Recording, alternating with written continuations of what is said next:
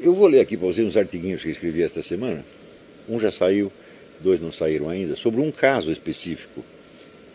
Quer dizer, o caso em si, ele não tem importância, mas como amostragem, vamos dizer, do tipo de confusão que nós vamos ter que desfazer, destrinchar, é muito significativo. Né?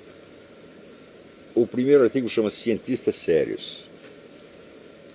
Nada que se diga sobre as relações entre política, ciência, moral e religião tem aquele mínimo indispensável de dignidade intelectual requerido para merecer alguma atenção, se não leva em conta o fato mais visível da história terrestre. Todas as guerras de religião desde o início dos tempos, somadas, mataram muito menos gente do que as ideologias científicas modernas, socialismo e nazismo, mataram em umas poucas décadas. Aquele que, posando de defensor da espécie humana, toma a palavra em nome da ciência, das luzes e da modernidade, já sobe ao palanque trazendo na testa o emblema sinistro da mentira totalitária. Você vê, para que inventaram ciência, tecnologia, etc, etc? Não foi para aliviar os sofrimentos humanos, não foi para corrigir males. Acontece o seguinte, que a ciência tem um subproduto inevitável, que é a ideologia científica. Na medida em que a ciência cria para si mesma uma autoridade cognitiva, ela serve de argumento de fundamentação para ações humanas. E daí criam-se as ideologias científicas. Pergunto eu, é possível existir uma atividade científica sem esse subproduto? Agora nós vamos fazer aqui só ciência pura e não haverá ideologia científica. É possível isso? Não é possível. Porque isso desmente a própria condição social concreta na qual se dá o exercício da atividade científica. O exercício da atividade científica supõe o quê? Instituições, verbas, etc., etc., as quais são votadas por políticos. Então, até para você financiar a pesquisa científica, você precisa de uma argumentação extra-científica que a justifique. E você precisa, então, também de uma argumentação científica que justifique você dar poder à classe dos cientistas. Então, não é possível atividade científica sem ideologia científica. E o sujeito que exerce a ciência diz, não tenho nada a ver com ideologia científica, eu sou um cientista puro, etc., etc., ele está desmentindo a própria condição social que possibilita a sua existência. Então ele está mentindo, e a vida dele é baseada todo dia numa mentira. Então, o sujeito é honesto, ele diz, se eu quero ciência, eu quero a ideologia científica também. Só resta escolher entre esta ou aquela ideologia científica. Então posso ser socialista, liberal, nazista, fascista, vou ter que escolher uma, porque eu vou depender dela. Porque se não tiver ideologia científica, eu não tenho verba para o meu departamento. Se não existe o suporte do poder político e econômico, não existe ciência. E para que esse suporte exista, é necessário que a ciência argumente. E o argumento em favor do poder da ciência não é um argumento científico, é um argumento ideológico. Então, todo e qualquer cientista que exerce a sua atividade sem ter a ideia de que ele se sustenta numa ideologia científica, ou é um bobão, um ingênuo, ou é mais esperto do que nós. Aquele que é com perfeita hipocrisia, se não com inépcia autêntica, que semelhante paspalho alega entre seus títulos de legitimidade a diferença entre a pseudociência dos outros e a sua ciência supostamente genuína e respeitável.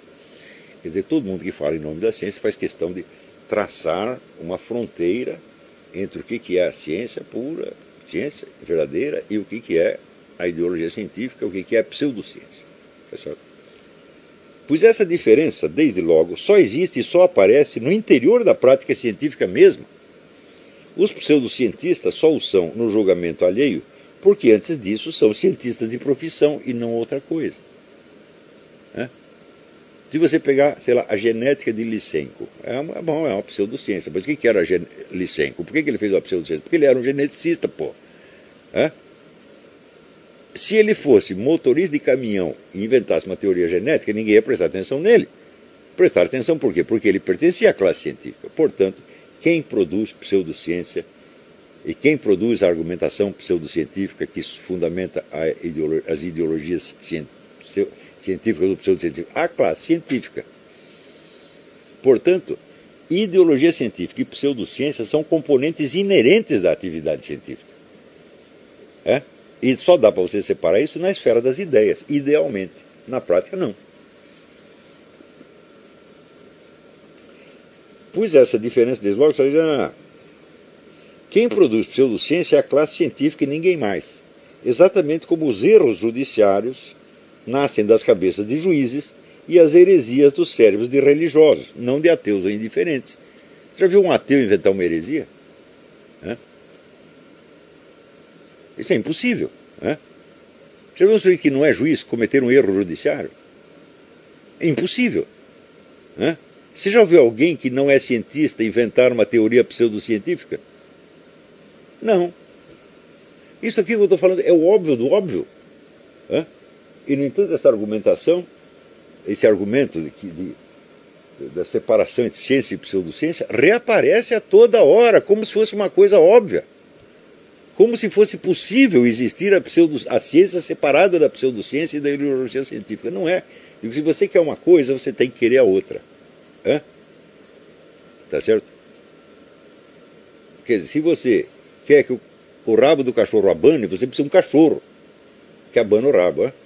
Um rabo sozinho não se abana a si mesmo. Nem abana o cachorro. Então, se você quer o efeito, você quer a causa. Não é isso? Nós já vamos ver por que este é um erro primário de método, é um erro primário de lógica. E, no entanto, ele é cometido assim, até com orgulho. O cara fala, não, aqui nós estamos fazendo ciência séria e lá tem os pseudocientistas. E se não fosse pseudocientista, não existia você também. Claro que conceptualmente as duas coisas são diferentes. Mas diferentes não quer dizer separadas. Uma coisa vem com a outra. Então, assim, o camelo não é a mesma coisa que a corcova do camelo, só que onde vem um, geralmente vem o outro, a não ser que você cortou a corcova. Tá certo? Então, o cupim do boi zebu vem com o boi zebu, e vice-versa. Tá? Então, de cara, o que quer que fomente a ciência, fomenta junto necessariamente a pseudociência e a ideologia científica. Então, essa foi uma escolha que a modernidade fez, sem pensar no que estava fazendo. Os primeiros caras que apostaram na pureza da ciência, como Descartes e Newton, e certo um dia eles pensaram, não, para a gente fazer isso aqui, eu estou fazendo o que eu estou fazendo porque eu tenho dinheiro para fazer. Mas e outros caras que não têm dinheiro vão querer fazer também, e alguém vai ter que dar o dinheiro para eles, e aí vai começar a pseudociência. Eles não pensaram nisso, mas eles podiam não pensar, porque eles estavam antes do processo, mas nós que já vivemos 4 séculos disso, nós temos a obrigação de saber onde existir ciência, existirá pseudociência em dose ainda maior e ideologia científica em dose ainda maior, necessariamente. Portanto, se você confere 1 milímetro de autoridade para a ciência, você considerará muitos milímetros mais de autoridade para a ideologia científica e a pseudociência. Se perguntar por que aconteceu todo esse negócio do aquecimento global, por que você tem aí, você veja, você tem a classe científica dividida 50%, 50%. Cada metade acusando a outra de pseudociência. E aparentemente não tem solução a esse debate. Tem solução conceptual. Quer dizer, você estudando, você pode saber qual dos lados está dizendo a verdade. Mas em termos de conquistar o consenso da comunidade científica, não há solução. E isso prova que a pseudociência é inseparável da ciência. Vocês já ouviram alguém dizer isso? Não, eu tive que descobrir sozinho e fiquei aterrorizado quando descobri. Porque eu também acreditava que existia ciência e pseudociência.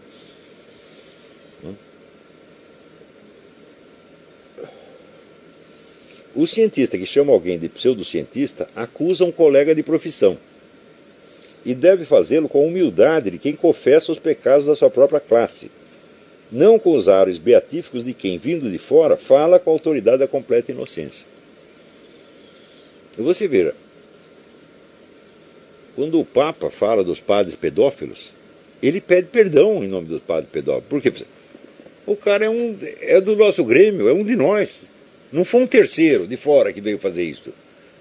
Claro que houve interferência de fora, e isso aí a igreja nem tem levado em conta devidamente, a interferência de fora que produziu isso aí. Mas de qualquer modo, os caras são padres. Então você não vai falar a coisa assim, arrotando a autoridade, né, como se fosse um terceiro.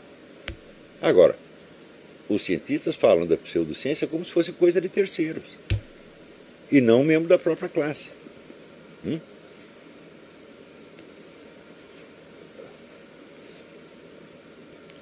Em segundo lugar, aquela distinção não é um dado a priori e incontrovertido. Não é uma premissa autoprobante, mas o resultado de discussões que podem prosseguir indefinidamente. Ou seja, se uma determinada teoria é ciência ou pseudociência, não é uma coisa que já esteja na cara de todo mundo desde o primeiro instante. É preciso muito estudo e muita verificação para depois você saber. Não é fácil. As teorias racistas do nazismo tiveram defensores entre os mais prestigiosos cientistas da época. E o marxismo ainda os tem às pencas. E ambos esses grupos nunca cessaram de acusar um ao outro de pseudociência. E tem outras ainda, que eu estou falando, se tem só dois, é certo? Está aí aquecimento global, esse movimento abortista, essa coisa toda, todo mundo acha que um chama o outro de pseudocientista. Eu digo, bom, vocês são ambos pseudocientistas, porque vocês são ambos cientistas, né? Digo isso porque a antropóloga Débora Diniz, da UNB, entra no debate sobre o aborto falando em nome dos cientistas sérios. Ela diz, eu e os demais cientistas sérios. E acredita piamente que pertence a essa classe. Da minha parte, não sou cientista e só sou sério em casos de extrema necessidade que evito o quanto posso. Mas tenho a certeza de que não é sério nem científico alguém se meter a filósofo sem o menor domínio técnico da matéria e dizer uma coisa destas, aspas, nascituro é um não nascido. A palavra parece ser um nó filosófico. Como alguém pode reclamar ser uma negação existencial? Essa é a confusão ética em curso no Congresso Nacional com a proposta do Estatuto do Nascituro. Fecha aspas. Não, dona, o nó filosófico só existe na sua cabeça. Nascituro não é alguém que não nasceu. É alguém que foi gerado e já está em vias de nascer, o que o diferencia radicalmente de todos os simplesmente não nascidos. Todas as pessoas que não foram geradas são não nascidos. É? Então como é que você vai definir o nascituro como um não nascido? É? O particípio futuro latino, que a palavra traduz, não tem nenhuma acepção de negação existencial. Exatamente ao contrário. Nascitur significa começar a ser ou a existir. Ou seja, aquilo que já entrou na existência.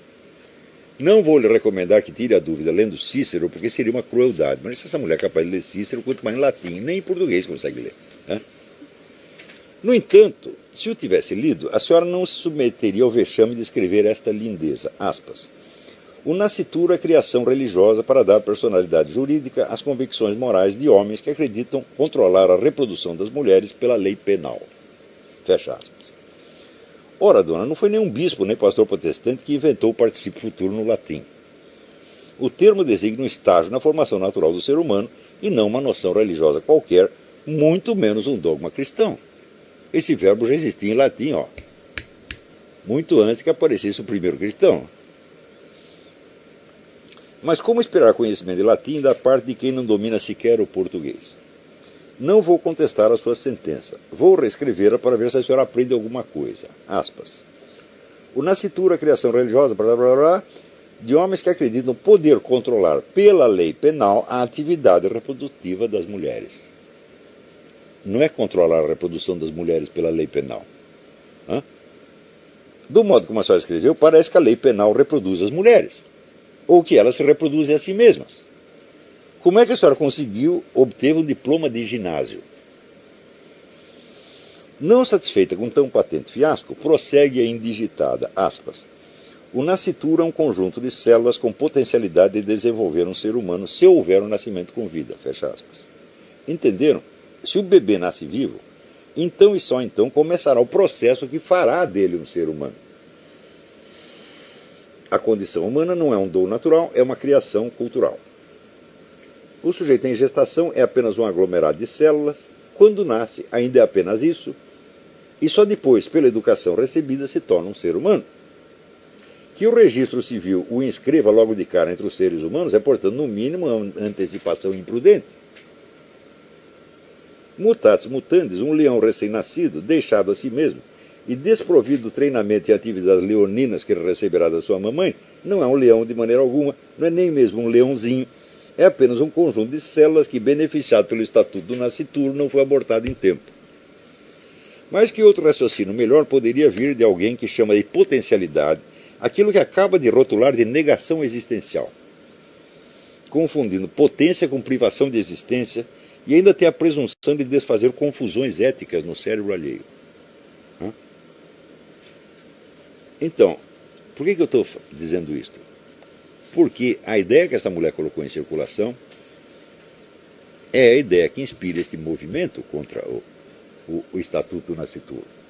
Ela enganou todo mundo, daqui a pouco vamos ver isso aí, e ela tem um prestígio enorme nesses meios abortistas, é uma líder intelectual, mentora intelectual desse movimento, e, portanto, o que ela pensa será aceito por essas massas de militantes sem discussão. Prosseguindo aqui, a casca é a banana.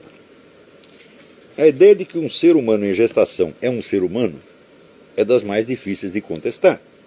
Diante disso, a antropóloga da UNB prefere deformá-la e achincalhá-la, rebaixando o feto humano a um mero conjunto ou punhado, ela expressa um punhado de células. Tais expressões são de uma impropriedade vocabular subginasiana. Conjunto ou punhado é qualquer amontoado de elementos, independente da ordem que os articula. Se o feto fosse isso, seria preciso juntar suas células depois do nascimento para lhes dar um feitio humano. Seria uma trabalheira dos diabos. O que define o nascituro não é ter células, mas tê-las ordenadas e articuladas numa forma definida e específica, que é a forma do ser humano, inconfundível e única entre todas as espécies animais.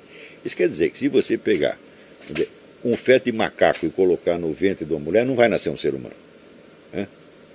Porque isso também se pode alegar. Não, ele não tem a forma do ser humano. É o corpo da mãe que o molda.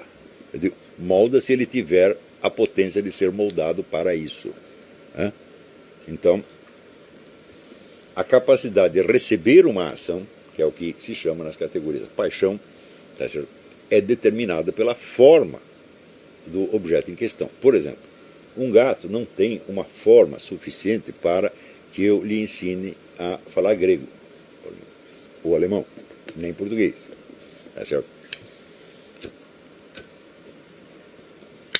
Pior ainda, eu não posso sequer ensinar um gato a miar. Porque o miado do gato na orelha dele soa diferente do miado imitado pelo ser humano. Então, se eu ensinar o gato a miar, ele não vai aprender. Então, tem uma série de ações que ele não pode sofrer. Não é só ações que ele não pode fazer, realizar. A forma do ente determina, delimita as suas possibilidades de ação e paixão. As ações que ele pode fazer e as ações que ele pode sofrer e as que ele não pode.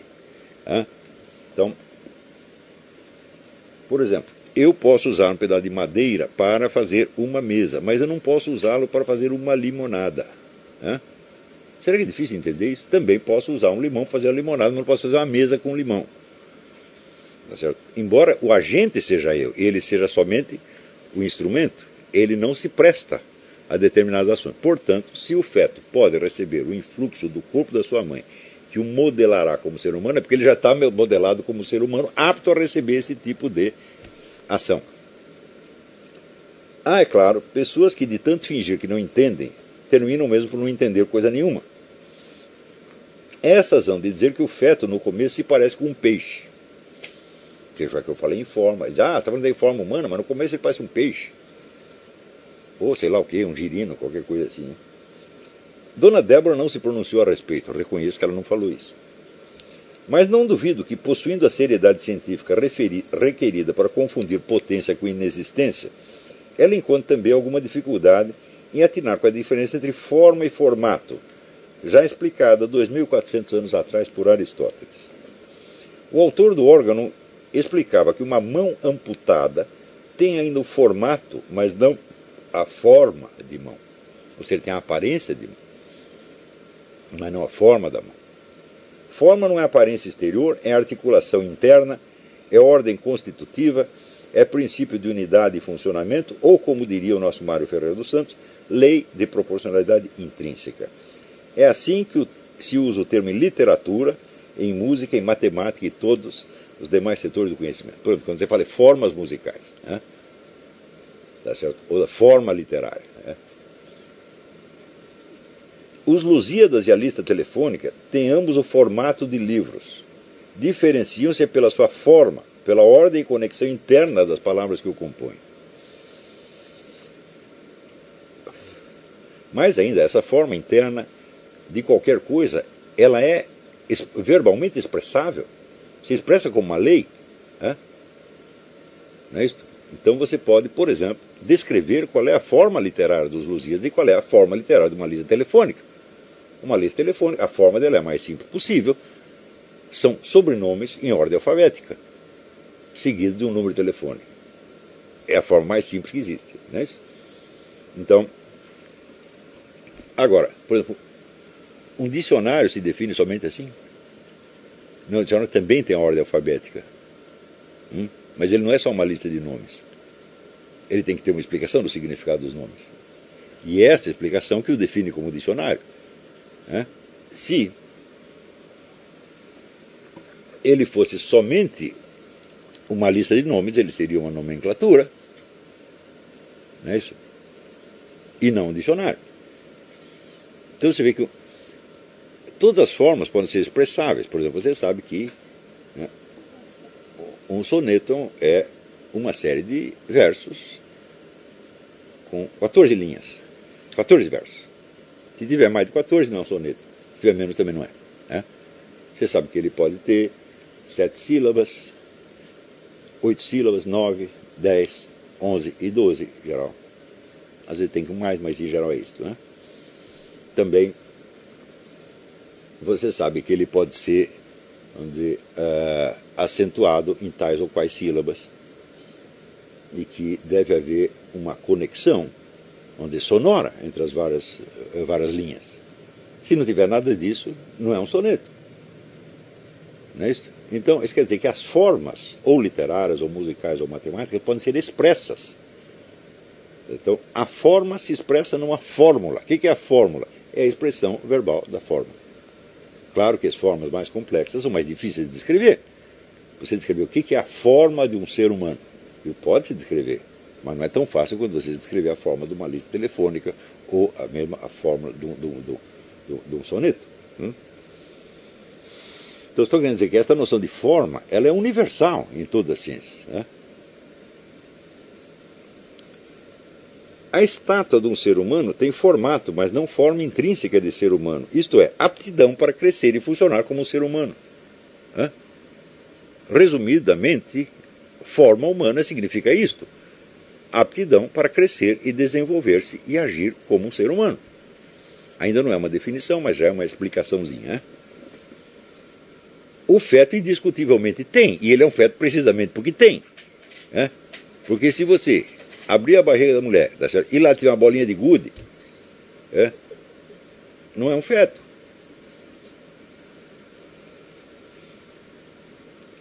Por isso, os que não desejam vê-lo como um ser humano precisam fingir que não enxergam essa forma e recorrem, para tanto, ao expediente de carimbá-la como conjunto ou punhado, expressões que designam precisamente o contrário, isto é, os elementos soltos e sem forma.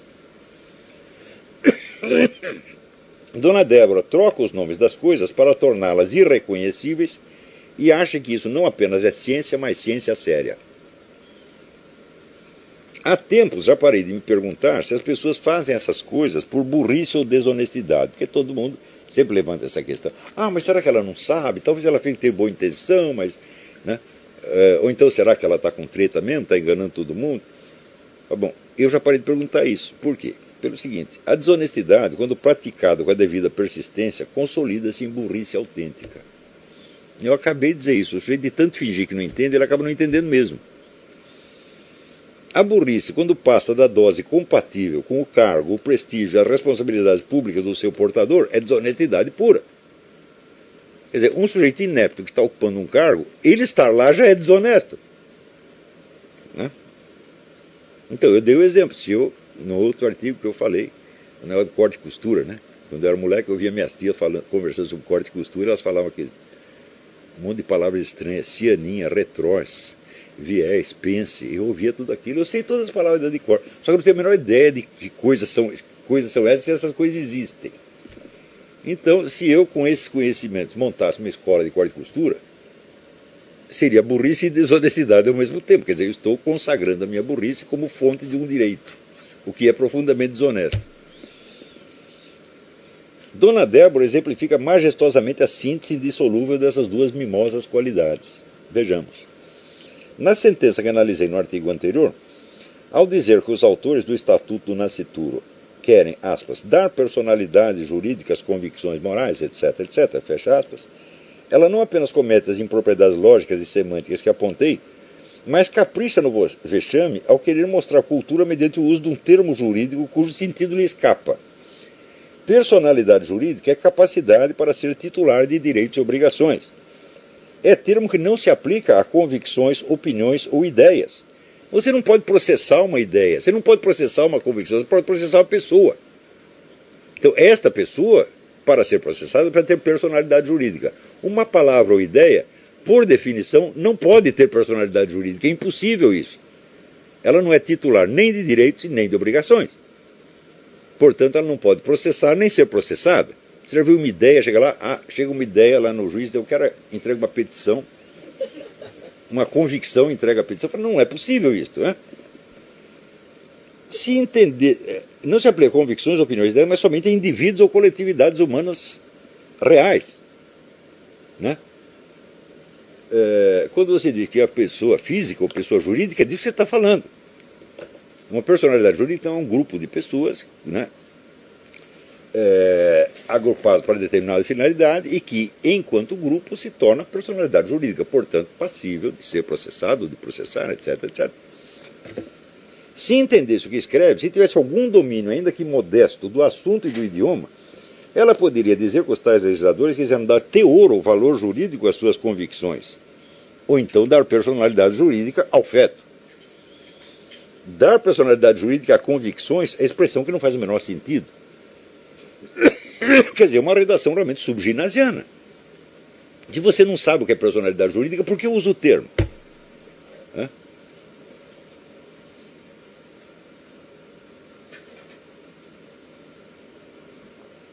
Mas, quando alguém leva a seriedade científica a esse ponto, não é de espantar que, ao comentar um documento legal, falsifique também o seu conteúdo para fazê-lo dizer o que não diz e, assim, poder-lhe atribuir o sentido que bem deseje. Assim, do Estatuto do Nascituro, que prevê e estabelece explicitamente o direito ao aborto em caso de estupro, porque está lá, quer dizer, a estuprada receberá auxílio do Estado para ter a criança, ressalvado o disposto no artigo 128 do Código Penal, que é justamente o que permite o aborto em caso de estupro. Dona Débora faz desse Estatuto do Nascituro, que prevê e estabelece explicitamente esse direito, Dona Débora faz um código de terror no qual, aspas, uma menina que tenha sido violentada sexualmente por um estranho, por que por um estranho? Né? Quer dizer, os defeitos de redação aparecem a cada linha. Se ela foi estuprada pelo próprio irmão, ou pelo próprio pai, ou até pelo próprio marido, não vale também? Não. Por que por um estranho? Né? Quer dizer, por que o estupro feito por um estranho é mais grave do que o feito por alguém mais próximo, que, aliás, é até moralmente muito mais grave? Um pai que estupra uma filha é muito mais grave do que um Zé Mané qualquer que estupra uma Zé Manéia na rua. Entendeu?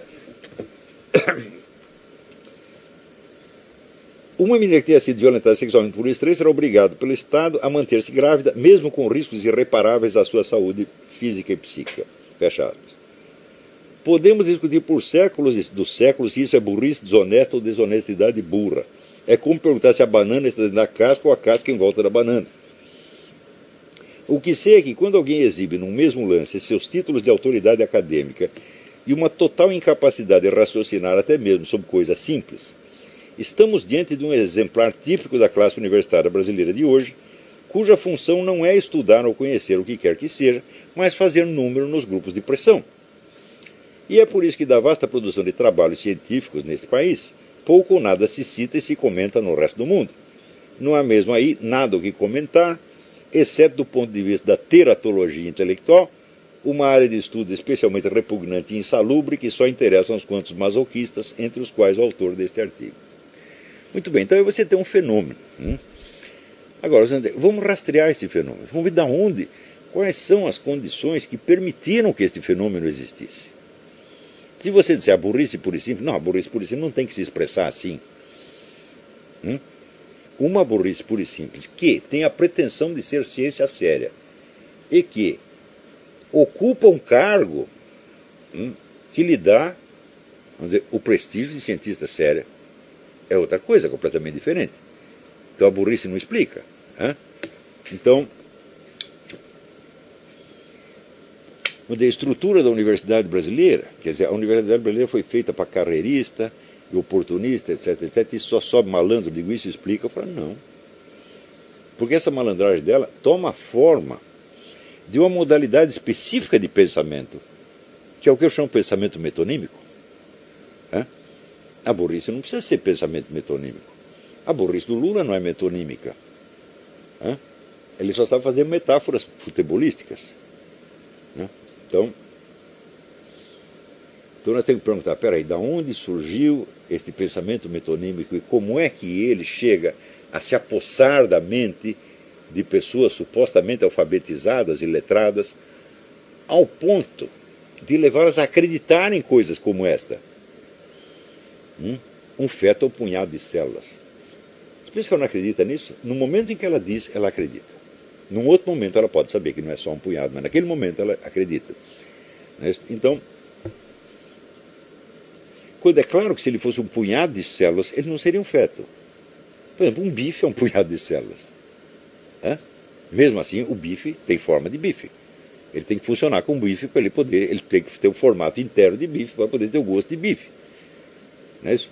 Então, quer dizer, quando ela diz um punhado de células, ela está querendo rebaixar a importância. Eu digo, muito bem, você tem o direito de rebaixar a importância, de achar que uma coisa vale menos que a outra. De achar, por exemplo, que a vida do feto vale menos que a vida da mãe. É uma opinião. Pão ou pães, é questão de opinião, já dizia o Guimarães Rosa. Tá certo? Você pode até argumentar em favor disso, mas você acreditar que para você justificar, você acreditar que um feto é um punhado de células, isso é pensamento metonímico. Já vou falar mais a respeito. Daí continua aqui, o maior dos problemas. O leitor deve ter reparado que nos 2 últimos artigos não dei nenhuma opinião sobre o Estatuto do Nascituro e sobre a questão do aborto em geral. Limitei-me a descrever o fenômeno de uma professora universitária que, pontificando sobre a matéria desde o alto de uma pilha considerável de títulos e cargos acumulados, não digo de obras, mas de títulos e cargos, dá mostras daquela típica mistura de radical incompetência e deplorável presunção que, somada às boas amizades nos altos postos, constitui o requisito básico para o sucesso acadêmico desse país. Quer dizer, a estrutura da Universidade Brasileira não está excluída como explicação deste fenômeno, mas ela sozinha não explica, precisa de algo mais. Discutir leis e projetos é o que se faz numa democracia normal, onde a qualificação dos legisladores e opinadores está garantida como condição prévia e só falta decidir o que fazer daí por diante. Quer dizer, numa democracia normal, você tem lá senadores, deputados, juízes de direito, etc. Bom, você supõe que essas pessoas têm a qualificação para isso. Então, a qualificação delas não está em discussão. Então, você pode discutir o conteúdo das leis e projetos.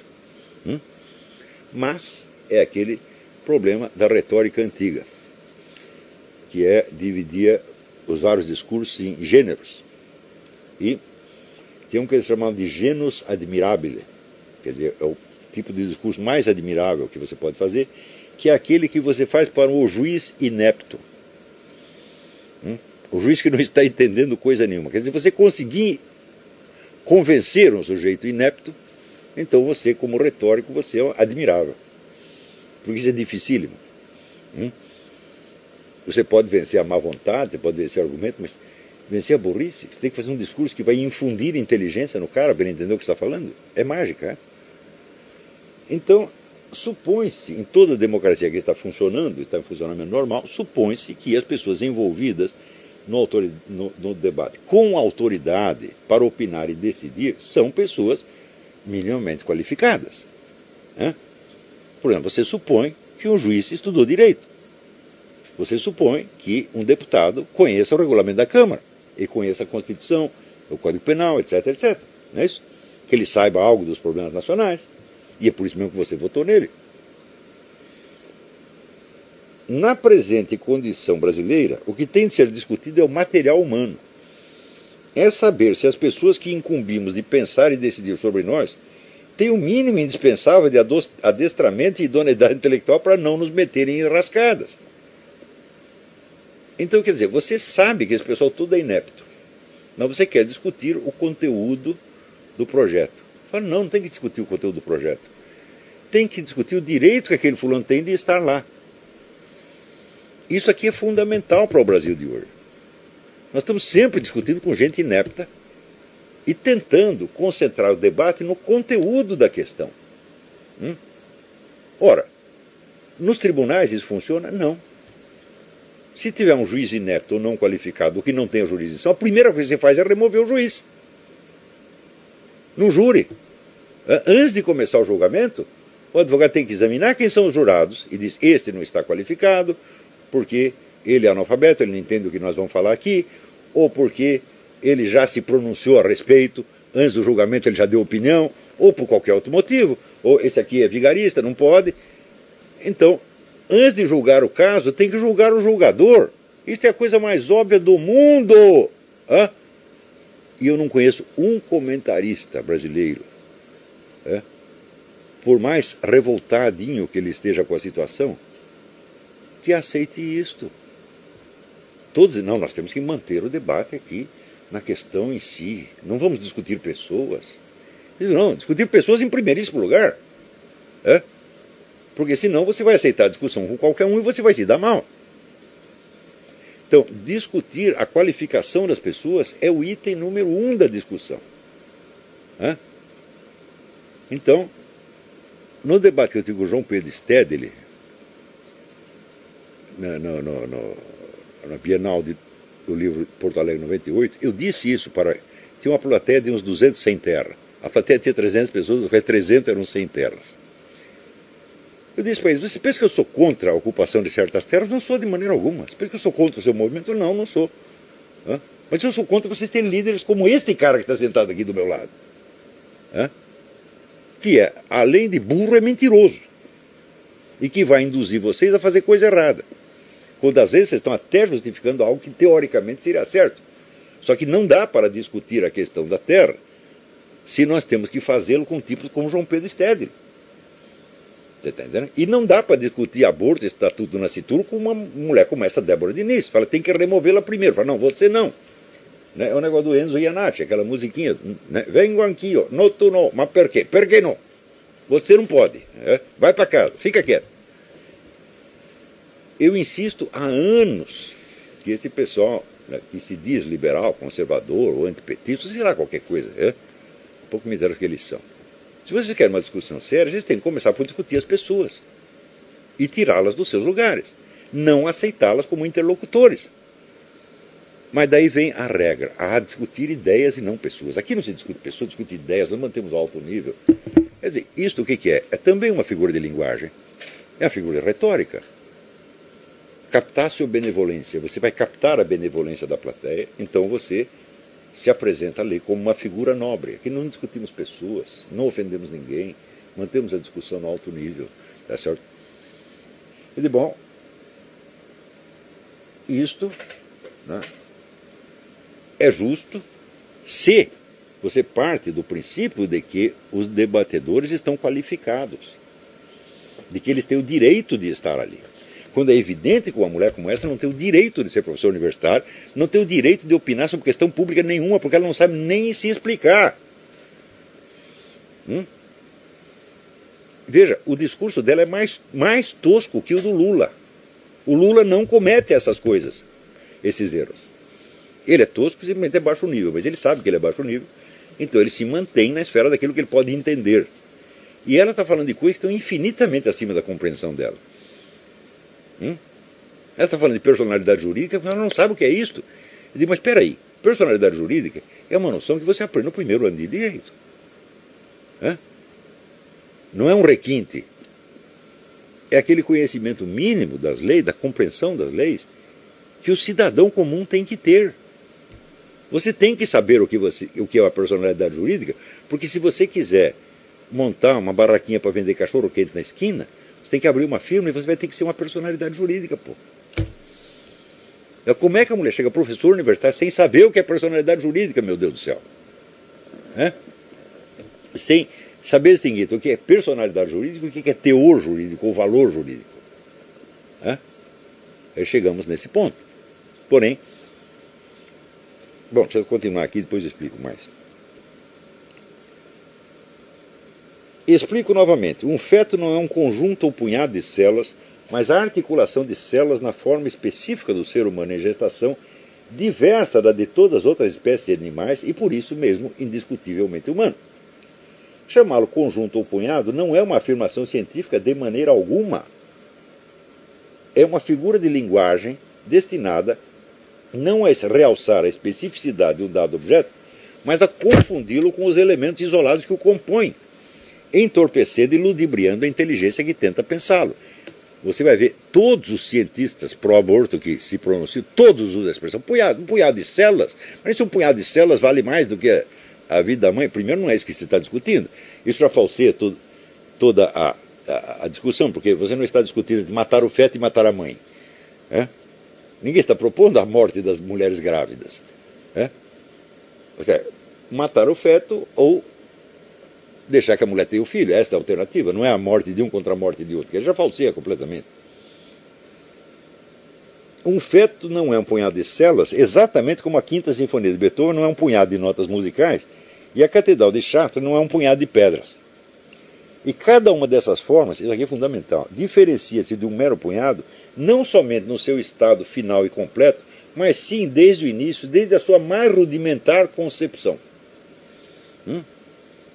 Quando Beethoven teve a primeira inspiração da Quinta Sinfonia, o que ele pensou? Um monte de notas soltas? Assim? Não, já veio a antevisão de uma forma, que daí ele foi preenchendo aos poucos e completando. O cara inventou a Catedral de Chartres. Vamos botar um montão de pedra aí, foi isso que o cara pensou? Ou teve a antevisão de uma forma?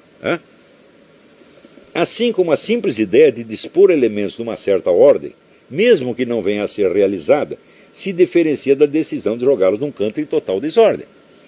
Se você olha a sua sala e está uma bagunça, você diz, vou botar uma ordem nessa coisa. Não vou não, estou com preguiça. O que você pensou? Uma ordem, uma forma, portanto.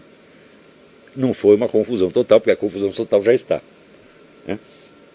Chamar o feto de punhado de células é uma metonímia. É tomar a parte pelo todo. Um giro de linguagem perfeitamente legítimo só até o ponto em que não usa a parte como desculpa para suprimir o todo. Um feto contém um punhado de células, mas não é um punhado de células. É a sua integração na forma humana. E forma, como já expliquei, não é formato, é ordem interna, é, portanto, no caso, a aptidão de desenvolver-se e funcionar-se como um ser humano, aptidão que o feto humano não compartilha com nenhum outro punhado de células. Se fosse pôr um punhado de células indiferente, bom, então você põe lá um feto de hipopótamo, a mulher vai gerar um ser humano dali. Ela não vai gerar nem um hipopótamo, nem um ser humano, nem coisa nenhuma.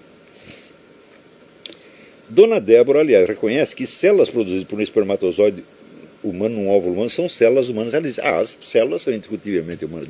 As células? São só células humanas individualmente ou elas estão juntadas numa forma que é humana? Você pode pegar as células humanas e fundir com, sei lá, com célula de um sapo. Ou com qualquer outra coisa. Então, se ela é curiosa, ela reconhece a humanidade da célula, mas não do feto. Ora, células humanas às vezes podem ser indistinguíveis de outras células. Mas as células articuladas na forma do feto não são indistinguíveis nem de outra coisa qualquer, nem muito menos de um feto de uma outra espécie. não são indistinguíveis, são distinguíveis, né?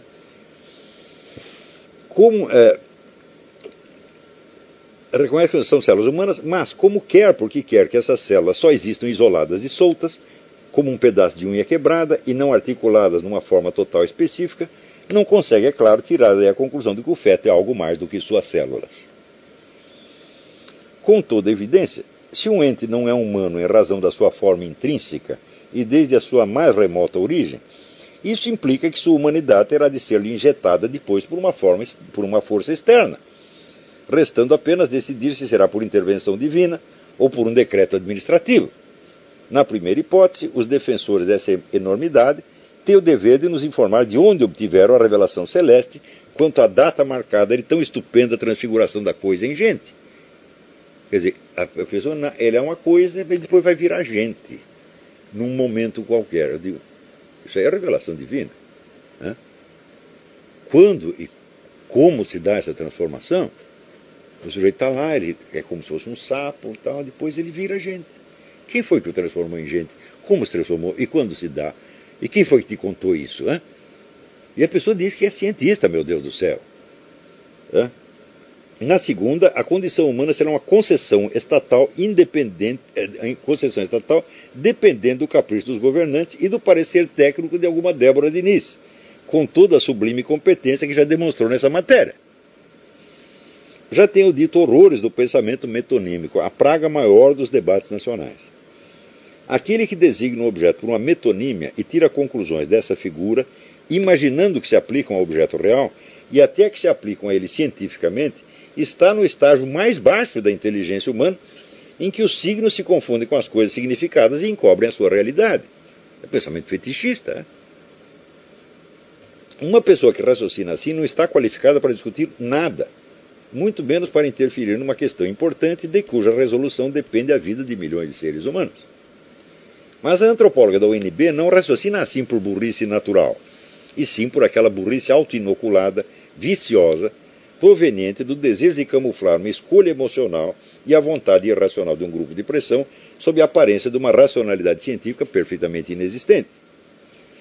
Tirar conclusões científicas de uma figura de linguagem é o que pode haver de mais irracional, de mais imbecil, de mais tosco e primitivo no pensamento humano. Títulos, cargos e honrarias acadêmicas não enobrecem em nada esse tipo de estupidez. Só o tornam ainda mais revoltante e insuportável. Nem o ex-presidente Lula, com todo o seu autossatisfeito analfabetismo e toda a sua coleção de diplomas de decoris causa, não é honoris causa, de decoris causa, teria o direito de baixar o nível da discussão a esse ponto. Para quem não estudou latim, de decus, de decoris, igual falta de vergonha na cara. É de decoris causa, por isso que ele recebeu esse diploma. Já são 52 diplomas de decoris causa. O que tenho a dizer sobre a presença multitudinária desse tipo de opinadores nos debates mais vitais e decisivos é: basta, fora. Vocês são um problema maior e mais grave do que a miséria, o banditismo, as drogas, a delinquência juvenil e tudo mais. Pois entre os mais urgentes anseios nacionais e a sua realização, vocês são um muro de chumbo que impede a passagem, fomentando a confusão proposital, abortando qualquer debate sério e impondo ao país, sob pretexto de ciência, opiniões histéricas de grupos de pressão. Agora, acontece, se você estudar, rastrear como foi a formação científica dessa dona, ela estudou antropologia. Então isso quer dizer que, vamos dizer, os pilares da visão do universo dela são os grandes antropólogos. Malinowski, Margaret Mead, Ruth Benedict, essa gente toda. Depois os estruturalistas, desconstrucionistas, etc. Então, a formação dela começa com isso aí. Acontece que todas essas escolas, elas entram como um elemento crítico dentro de uma tradição cultural. E como elemento crítico, eles têm a sua validade. Dentro do conjunto, eles corrigem um pedacinho. Mas se você os toma, vamos dizer, como referências maiores, então a crítica do pedacinho se transforma na afirmação positiva de um todo. Então, por exemplo, quando Margaret Mead e Ruth Benedict entram com o relativismo cultural, Bom, elas têm a sua razão. Porque ao você fazer o estudo comparativo das culturas, você já não pode entrar, vamos dizer, com um partido tomado, sendo a favor de uma e contra a outra. Você não pode fazer isso porque isso seria, de fato, não seria científico. Porém, quando o relativismo cultural ele deixa de ter apenas esse papel corretivo e crítico, e papel de precaução metodológica, e se torna, vamos dizer, um postulado positivo, aí você entrou no mundo da loucura completa. Né? Porque você já quer dizer, todas as culturas se equivalem. Né? E como você pode saber disso se você se proibiu de fazer comparações de qualidade entre elas? Então você proclama a equivalência das culturas porque você não as comparou. Ou seja, do fato de que você não estudou algo, você tira alguma conclusão. Quando a pessoa recebe esse tipo de informação, a mente dela já está deformada para o resto da vida. Se ela ouve o professor dizer isso e ela não percebe a contradição profunda, não é contradição lógica, é contradição ontológica, mas é coisas que são materialmente impossíveis, né? E se ela aceita isso, a cabeça já está deformada para sempre. Então, quando com uma pessoa assim, vai poder distinguir o que é o nome de um ente, de uma substância, e o que é uma figura de linguagem que o designa por uma de suas partes. Ela não estudou lógica, ela não sabe o que é ciência, ela só sabe aqueles preconceitos bobocas que a formação antropológica meteu na cabeça dela. E é isso que acontece no Brasil. As pessoas entram na universidade sem ter cultura nenhuma, sem conhecer história, sem conhecer a língua, sem conhecer coisa nenhuma, e daí chegam estes luminares da ciência e impõem para eles uma visão do mundo que é válida enquanto observação crítica de detalhe, mas que não tem, vamos dizer, o valor de axiomas universais positivos e são aceitos como tais. Então, quer dizer, para entender o que essa dona está dizendo, a gente tem que conhecer um pouco da história da Universidade Brasileira e um pouco da história das correntes culturais que influíram no Brasil. Por exemplo, quem foi o grande antropólogo brasileiro? O maior deles foi o Gilberto Freire, sem sombra de dúvida. Gilberto Freire tem a cabeça totalmente entortada pelo Franz Boas. Porque ele, quando mocinho, já recebe a influência do Franz Boas, que já vem com todo esse negócio do relativismo, tá certo? E aquilo, vamos dizer, tem um eco profundo no coração do Gilberto Freire. Por quê? Porque ele chega na universidade com um complexo de inferioridade de pertencer a uma cultura subdesenvolvida de terceiro mundo. E de repente o professor fala, não há culturas maiores ou piores. Ah, que bom, que maravilha. Agora eu vou dizer que o Brasil é uma civilização maravilhosa, um modelo para o mundo, etc. E foi ele que ele fez. Tudo isso que ele fez, eu digo, bom, é verdade relativamente, mas não pode ser afirmado de maneira positiva. Entre você fazer uma restrição crítica e você afirmar um postulado, a diferença é enorme. É a diferença que existe entre, por exemplo, um delegado começa uma investigação, ele não tem provas contra ninguém. Se elas tivesse, já teria acabado a investigação. Então, delegados, olha, aqui não temos prova contra ninguém. Ah, não tem prova contra ninguém, então vamos todos para casa, estamos todos livres. É esta a conclusão que os caras tiram. Quer dizer, de uma restrição de método, eles tiram uma afirmação positiva. Então, se não há provas contra ninguém, em vez disso ser um motivo para investigar, não, a investigação já acabou, porque nós estamos todos inocentes. Claro que são erros de pensamento primários, bobocas, coisa de retardado mental. Mas quando essas coisas vêm com o prestígio de ciência e encobrem milênios de civilização, dos quais nasceu essa ciência, e sem a qual essa ciência não faz o menor sentido, então, o que está fazendo? Você já se transformou numa metonímia viva. Você já é a parte tomada pelo todo. O relativismo cultural tomado como princípio positivo, ele em si é uma metonímia. Porque o que você quer dizer é o seguinte, sob certo aspecto, não pode haver comparação de valor entre culturas. Mas, sob outro aspecto, se não houver comparação de valores, você não pode entender as culturas. É impossível. Tá certo? Então, quando você diz não se pode afirmar uma diferença de valor, não se pode de início. Seria um preconceito. Então, preconceito é um pensamento pré-conceitual. Antes de um conceito, você ter um conceito claro da coisa, você já julgou. Isso é claro que você não pode fazer. Mas é um preceito metodológico e não o juízo científico a respeito de um objeto que você mesmo acabou de dizer que você não vai estudar. O jeito que recebeu esta formação, a cabeça dele já virou um nó e ele mesmo é uma metonímia.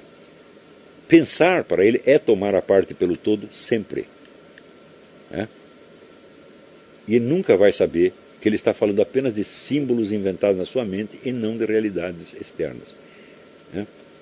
Então, este pensamento metonímico, o número de pessoas que é vítima disso no Brasil, eu acho incrível. Isso não precisa ser petista nem comunista para você fazer isso. Todo mundo faz isso.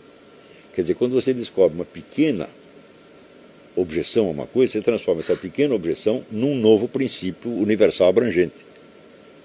Então, às vezes, você está mais enganado do que o erro que você combate.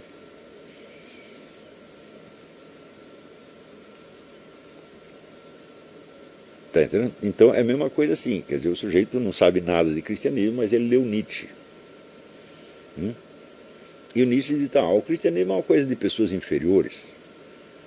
E você, para não ser uma pessoa inferior, você toma isso como uma regra universal, e você sai falando isso e você já se transformou numa pessoa inferior imediatamente. Você se transformou no gênio Cristaldo. Que é um sujeito que julga aquilo que desconhece. E que vai, assim, olhar civilizações inteiras, às vezes sob o prisma de um acontecimento incerto do qual ele ouviu falar. O que é isso? Deformidade mental, despreparo, é falta de qualificação. Então, não adianta nada a gente falar mal dos outros, dizer que esses caras são os desqualificados, etc., se nós também fazemos a mesma coisa. Presta atenção, nenhuma opinião em si mesma é melhor do que a outra. Nenhuma, nunca. Porque a opinião depende dos fundamentos que ela tem. O valor da opinião está vinculado aos seus fundamentos. Então a opinião só vale a mais ou a menos dentro do quadro total do pensamento do sujeito e dentro do quadro total do assunto em discussão. Senão, não. Agora, a pessoa, quando adere a uma opinião no Brasil, ela já acha que só por causa disso ela se tornou superior. E ela não entende, mas o problema do Brasil não é que esta ou aquela opinião predomine, é que este tipo de pessoa predomine. Não se trata das ideias, das doutrinas ou dos projetos, mas das pessoas. Quer dizer, quando eu falo criar uma nova geração de intelectuais, não é criar uma nova geração de intelectuais que tem opiniões diferentes dessas pessoas. Então, por exemplo, acabou de morrer o Jacó Gorender, Eu digo, olha, eu tinha muita opinião diferente do Jacó Gorender, mas ele se aproximava muito mais do que eu entendo como intelectual do que um Rodrigo Constantino, o Jânio Cristaldo, esses conservadores que estão opinando por aí. Era muito mais respeitável, muito mais sério. Ele tinha alguma noção do que é a busca da verdade. E ele estava sinceramente empenhado nisso dentro das limitações da sua inteligência.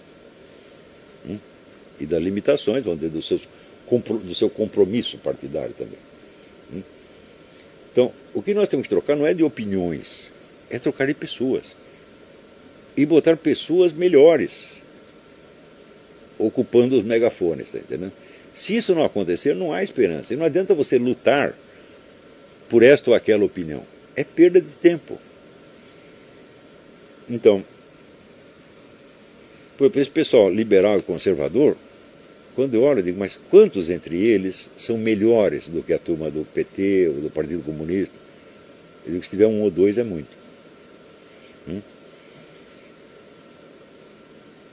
Nem melhores moralmente, nem intelectualmente e nem em termos de coragem. Bom, em termos de coragem, então nem falar.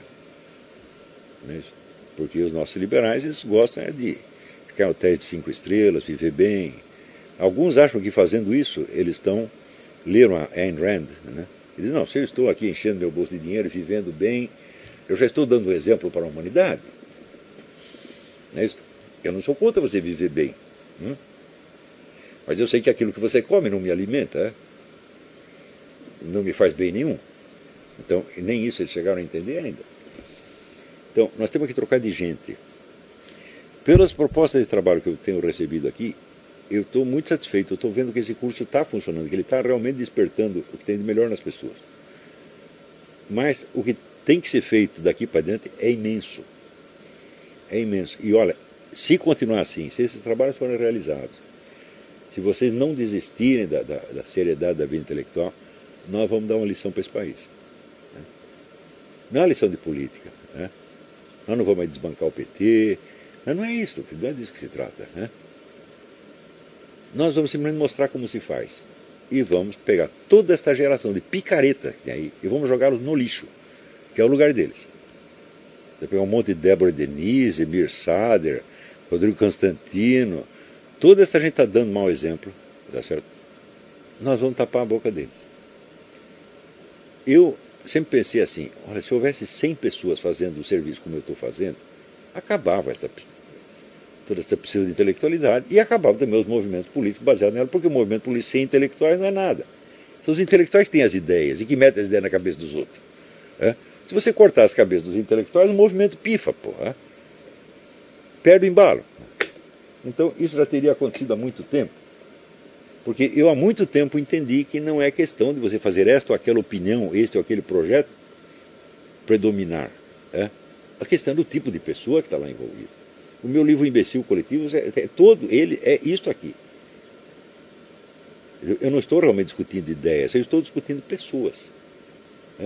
Não do ponto de vista dos seus pecados pessoais, mas da sua falta de qualificação intelectual para entrar no debate. Então, assim como um advogado analisa os membros do júri para saber se eles podem participar do júri antes de começar o julgamento. Agora que o pessoal quer passar direto para o julgamento sem discutir a qualificação do juiz e dos jurados. É proibido, porque isso é argumento ad hominem. Então, pelo amor de Deus, que palhaçada é esta? Quer dizer, por que não pode fazer julgamento ad hominem, argumento ad hominem, então você tem que aceitar qualquer interlocutor, por mais imbecil, despreparado e trapaceiro que seja. E daí você cai no jogo dele, evidentemente.